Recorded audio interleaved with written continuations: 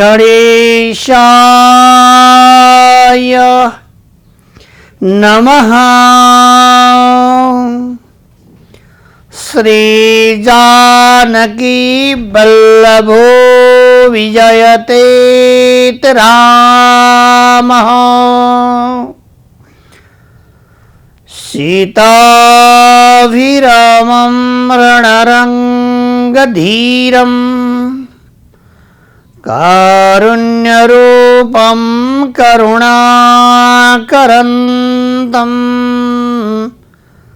श्रीरामचन्द्रं शरणं प्रपद्ये। मनोजवं मारुततुल्यवेगं जितेन्द्रियं बुद्धिमतां वरिष्ठं वातात्मजं वानरयोगमोख्यम् श्रीरामदूतं शरणं प्रपद्ये।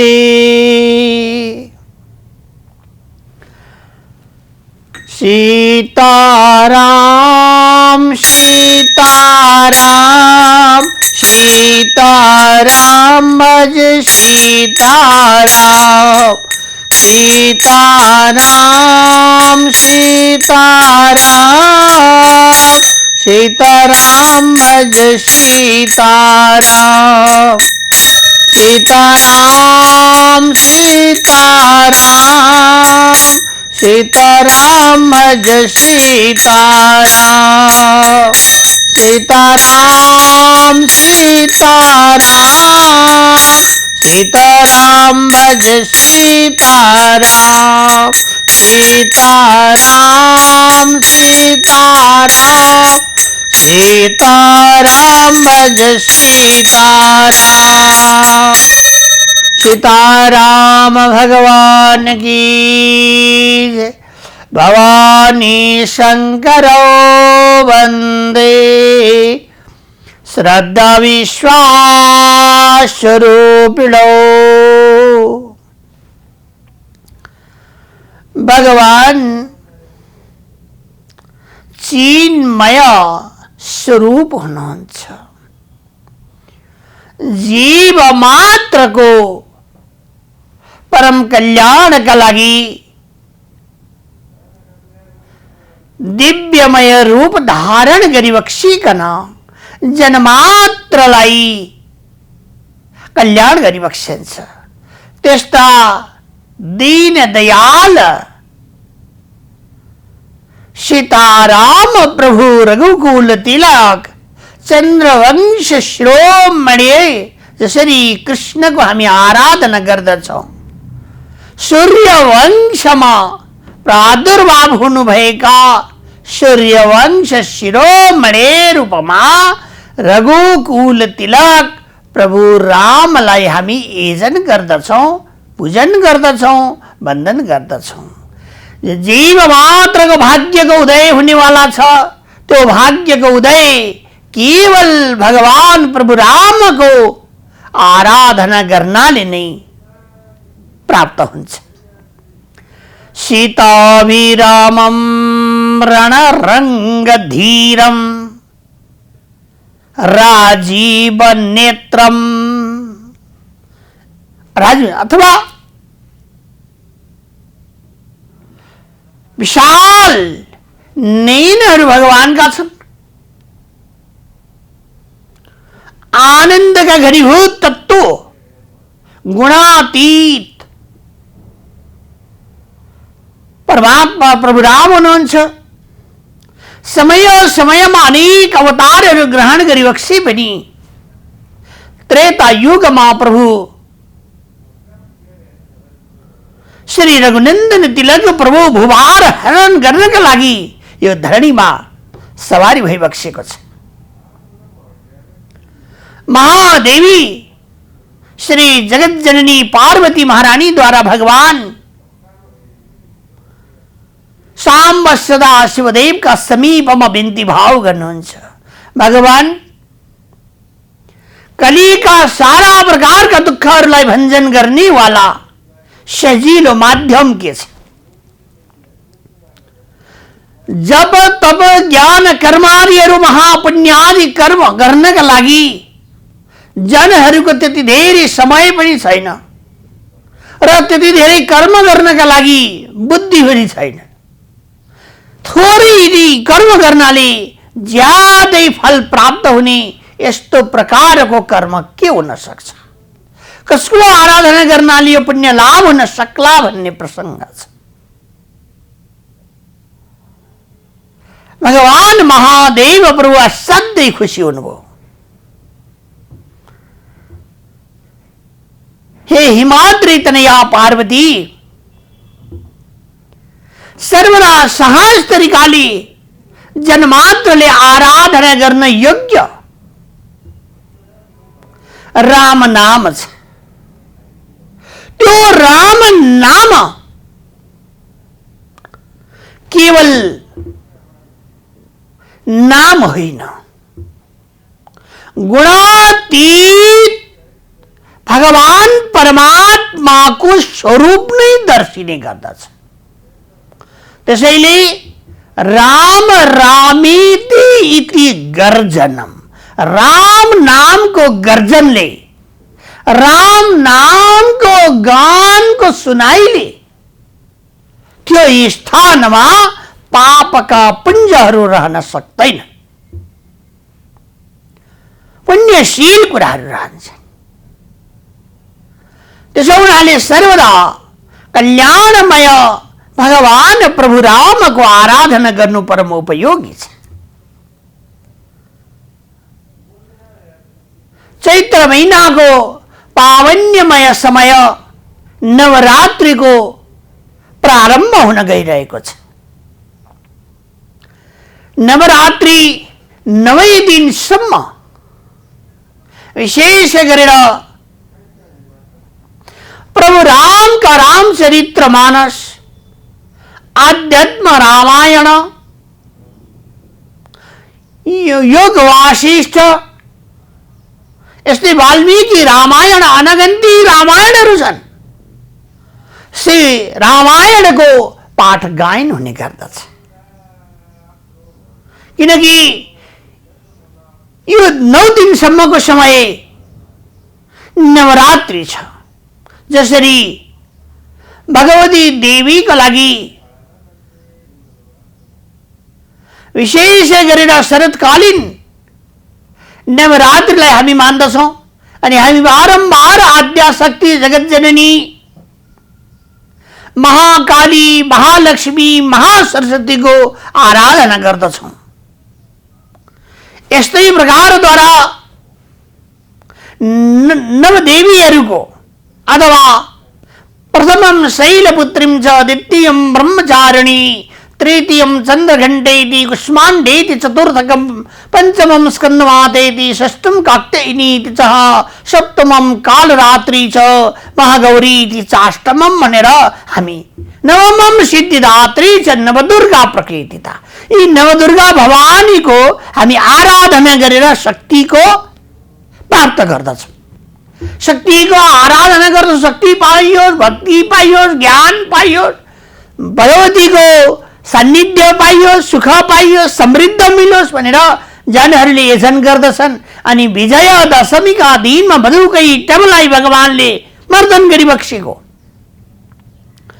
राक्षस राजहरूलाई वध गरेर पृथ्वी धरणीलाई भवानीले हल्का गरिबक्सेको समयलाई विशेष गरेर शरतकालीन नवरात्रि भनियो। शरतकालीन नवरात्रिको समयमा विशेष गरेर जगदम्बाको आराधना हुन्छ। पीठहरूमा विशेष गरेर शक्ति स्वरूपिणी आद्याशक्तिको आराधना भइरहेको हुन्छ। सगुण र निर्गुण प्रकारले जनहरूले उपासना गरिरहनु भएको हुन्छ। तर विशेष गरेर चैत्र महिनाको पावन्यमय समय भने सूर्यवंश शिरोमणि प्रभु रामको यो पावन्यमय समय हो। त्यसैले यो समय सारा जीव मात्रका लागि, पृथ्वी धरणीका लागि सारा प्रकारका भारलाई हरण गरिबक्सनु हुने सूर्यवंश शिरोमणि प्रभु राम प्रकट भइबक्सेको पावन्यमय समय हो। त्यसैले प्रभु राम अथवा रामनवमी महापर्वको पूर्व सन्ध्या 9 दिनसम्म भगवान प्रभु रामका संकीर्तन हुने गर्दछन्। हामी पनि गाउँ 2 मिनेट। सीताराम सीताराम सीताराम भज सीताराम सीताराम सीताराम सीताराम भज सीताराम सीताराम सीताराम सीताराम भज सीताराम सीताराम सीताराम सीताराम भज सीताराम। सीताराम भगवान को जय। सीतापति प्रभु राम हुनुहुन्छ। अब यो दिव्यमय स्वभावलाई विचार गरेर भगवानको बालकाण्ड, अयोध्या काण्ड, अरण्य काण्ड, किष्किन्ध काण्ड, यस्तै प्रकारद्वारा सुन्दर काण्ड, युद्ध काण्ड, उत्तर काण्ड गरेर खण्डी खण्ड दिव्यमय भगवानका यी समयहरूमा उत्सव मङ्गल भएका छन्। भगवान परमात्माको बाल काण्डको दिव्यमय स्वभाव प्रभु महादेवले महादेवीलाई श्रवण गराउनुहुन्छ। हे महादेवी, म सर्वदा मेरा आराध्य देव प्रभु रामको जो अविनाशी अप्रमेय आनन्द स्वरूप हुनुहुन्छ, त्यस्ता भगवानको हृदय जसलाई राम हृदय भन्दछन्, त्यो रामको हृदयलाई पाठ गरेपछि देवी पाप ताप राशिहरू सबै समाप्त भएर जान्छन्। पापका राशिहरू केही पनि बाँकी रहन सक्दैनन्। त्यसैले जनमात्रले विचार गरेर बारम्बार राम हृदय पाठ गर्नुपर्दछ। अकारण कारण स्वरूप अंश कल्पलता प्रभु राम को बारम्बार स्तुति गर्नुहुन्छ भगवान महादेवले। र बारम्बार एक एउटै नामको जप गर्नुहुन्छ, राम राम राम राम राम राम राम राम राम।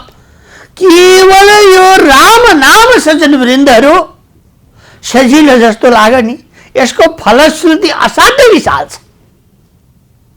त्यसैले मिथ्या तर्कलाई छोडेर जनहरूले प्रभुको नाम जप्नु पर्दछ।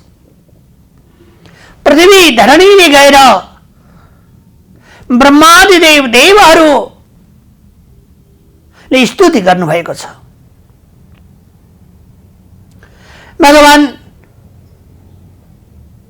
साह्रै धेरै भार पृथ्वीमा बढेर गएको छ। जीव मात्रले अतिशय दुःख पाइरहेका छन्। दैत्यहरूको वृद्धि बढिरहेको छ। धर्मको नाश भइरहेको छ। यसैले धर्मको उत्थान गरिबक्सनका लागि हे वैकुण्ठनाथ प्रभु हजुर सवारी भइबक्सेस्। हजुर सर्वदा प्रकारद्वारा जीव मात्रको कल्याण गर्ने सक्षम हुनुहुन्छ। जीव मात्रको दुःखलाई देख्न नसक्ने र आफ्ना भक्तहरूको आनन्दत्व चाहने परमात्मा हजुर दयालु हुनुहुन्छ, हामी बारम्बार वन्दन गर्दछौँ। र सबै जीवहरूले अति शक्ति ब्रह्मादि देवले स्तुति गर्नुभएको छ, पृथ्वी धरणीले स्तुति गर्नुभएको छ, ऋषि मुनि महायोगेश्वरले स्तुति गर्नुभएको छ। यो स्तुति गरेबाट श्रीमन्नारायण प्रभु प्रसन्न हुनु। अखिल कोटि आनन्द नायक, जसलाई श्रीमद्भागवत गीतामा महादेवी श्रीमन्नारायण प्रभुले गाण्डीवधारी अर्जुनलाई आज्ञा भएको छ, न तद्भाषयते सूर्यो न शशाङ्को न पावक यद्गत्वा न निवर्तन्ते तद्धाम परमां मम।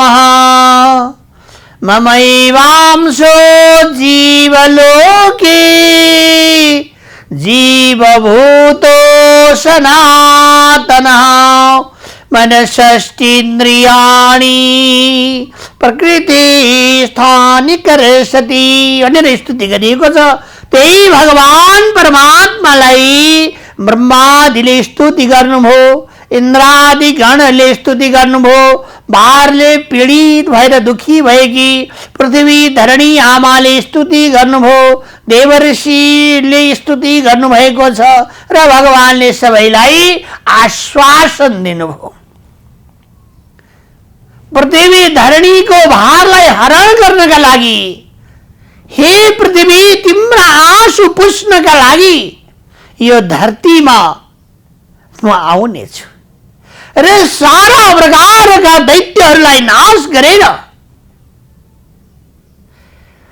पृथ्वीको भारलाई म हल्का गर्नेछु। ऋषि मुनि महायोगेश्वरहरू तपस्वीहरूलाई राक्षसहरूले अतिशय दुःख दिइरहेका छन्, उनीहरूको मान मर्दन गरेर ऋषिहरूका लागि पावनी दिनको उदय गराउँदछु। भगवानले आशीर्वचन दिनुभयो, सबै खुसी भएर आफ्ना आफ्ना स्थानमा पाल्नुभयो, आफ्ना आफ्ना आश्रयहरूमा जानु। नारद महामुनिले भगवान परमात्माको दिव्यमय सभा ब्रह्मानन्दको स्वरूपको गान गरिरहनु भएको छ। त्यस्ता भगवानको यसो बारम्बार खुसी भएर नारद महामुनि गाउनुहुन्छ, श्रीमन्नारायण श्रीमन्नारायण श्रीमन्नारायण राम विभो श्रीमन्नारायण श्रीमन्नारायण श्रीमन्नारायण राम विभो। प्रभु राम अब साक्षात अखिल कोटि आनन्द धाम प्रभु यो धरणीमा सवारी भई बक्सियोस् भनेर नारद महामुनि स्तुति गाउनुहुन्छ। भगवानले प्रकट लीला स्वीकार गर्ने यस्तो दिव्यमय विचार भएको छ।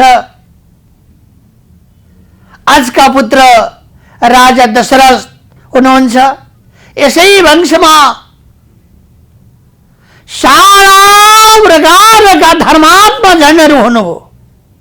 अंशुमान हुनुभयो, सगर हुनुभयो, भगीरथ हुनुभयो, खटवांग हुनुभयो, आज हुनुभयो, राजा दशरथ हुनुभयो, प्रभु राम हुनुभयो अथवा राम लक्ष्मण सीता भरत शत्रुघ्न हुनुभयो।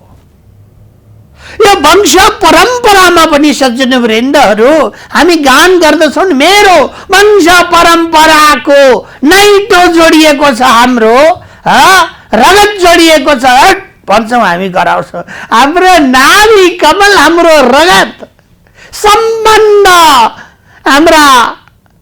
हाम्रो सन्तानहरूको सम्बन्ध नारायण परमात्मा आफन्तसँग जोडिएको छ। राम्रो जोडिएको छ। त्यसैले हामी परमात्माका हौं, परमात्मा हाम्रो हुनुहुन्छ। जय जय सीताराम, हरि बोल। प्रभु राम हाम्रो हुनुहुन्छ, हामी उहाँको छौं। अखण्ड तपस्या गरिरहनु भएका राजा दशरथका तीनटी रानीहरू भए, कौशल्या, कैकेयी र सुमित्रा। तीनवटी रानीबाट सन्तान भएन, सन्तान सुख भएन, बुढेसकालको समय हुन गयो। रानीहरू एवं राजा दशरथलाई असाध्यै महादेवी पीडा हुन गयो। पीडा हुन्छ नै, यदि गृहस्थी भइसकेपछि सन्तान सुख भएन भने सबैभन्दा ठूलो सुख गृहस्थीको के हो त भन्दा सन्तान सुख। सन्तानै भएनन् भने शुष्क जिन्दगी जस्तो भयो। त्यसो हुनाले ऋषि मुनि महायोगेश्वरहरूको र आफ्ना गुरु पुरोहितको वचन अनुसार दशरथले श्रृंगी गुरुलाई बोलाउनु भयो र गुरुदेवले विशेष गरेर हवन आदि महापुण्य कर्म यागको थालनी गर्नु भएको छ। हे महादेवी, हवन साधारण कुरा हुँदैन। यज्ञो भवति पर्जन्यो, यज्ञ कर्म समुद्भव भनिएको छ। यज्ञद्वारा नै सर्वस्व चिजहरू मिल्छ। यज्ञ गरिएन भने सम्झनु घाटो घाटो घाटा घाटा गर्नु हुन सुरु भयो। त्यसैले सज्जन वृन्दहरू, हामीले घर घरमा पनि एउटा मक्कल राख्नुपर्छ। अनि भगवानको बाहिरपट्टि हामीले कहीँ पूजाको तुलसी मठ बनाएको होला, केही बनाएको होला, एक मुठी जति धोपीहरू भए, विविध राम्रा राम्रा प्रकारका पातहरू भए, तिनीहरूलाई पिट्नुपर्छ। त्यसमा अलिअलि जौ तिल आदि चिजहरू राखेर भगवानका नामहरूले स्वाहा गर्नुपर्छ। केही भन्न आएन भने चुप लागेर चढाइदिनुहोस्।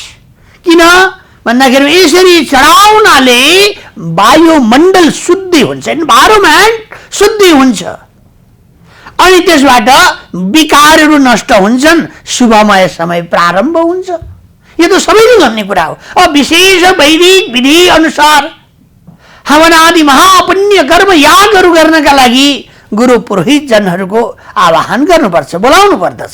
आफूले जानिँदैन भने गुरुहरूलाई बोलाउनु पर्यो नि। मन्त्र बोलाउनु, मन्त्रद्वारा देवतालाई बोलाउनु पर्यो, पितृदेवहरूलाई बोलाउनु पर्यो, मातृदेवहरूलाई बोलाउनु पर्यो, देवताहरूलाई बोलाउनु पर्यो, इष्टदेव, कुलदेव, ग्रामदेव, वास्तुदेवहरूलाई बोलाउनु पर्यो। तपाईले बोलाउन कतै जान्नुहुन्न कि?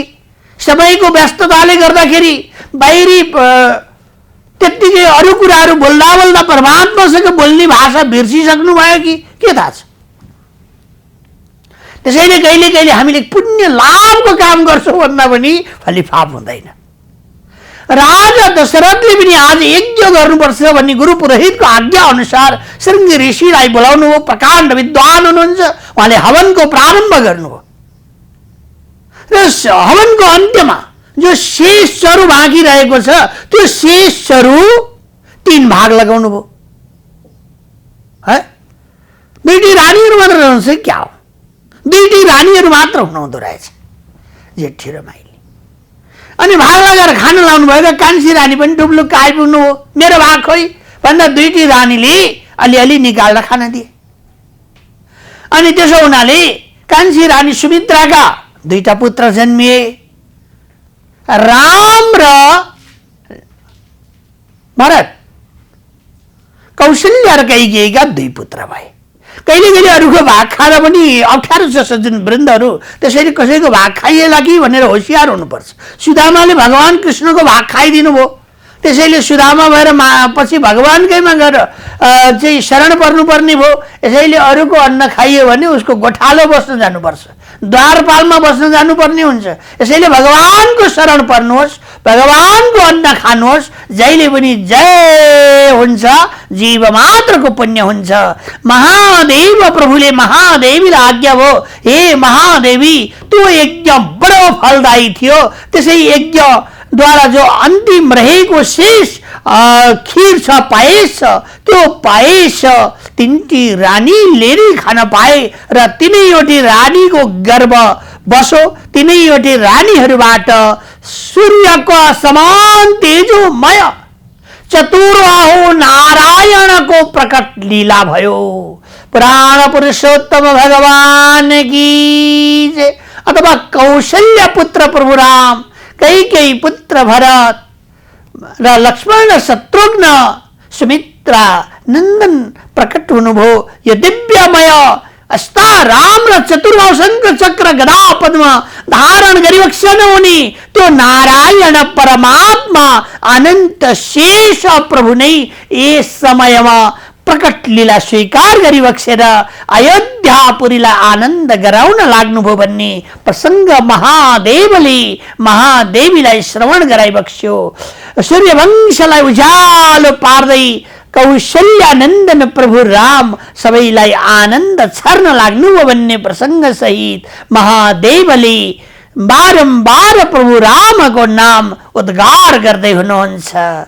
राम राम सीता राम, राम राम सीता राम, राम राम राम भजो राम, राम सीता राम। जय सिया राम, जय जय हनुमान, संकट मोचन कृपा निधान। जय सिया राम, जय जय हनुमान, संकट मोचन कृपा निधान। श्री राम जय राम, जय जय राम। श्री राम जय राम, जय जय राम। सीताराम भगवान की जय। पुराण पुरुषोत्तम भगवान की जय।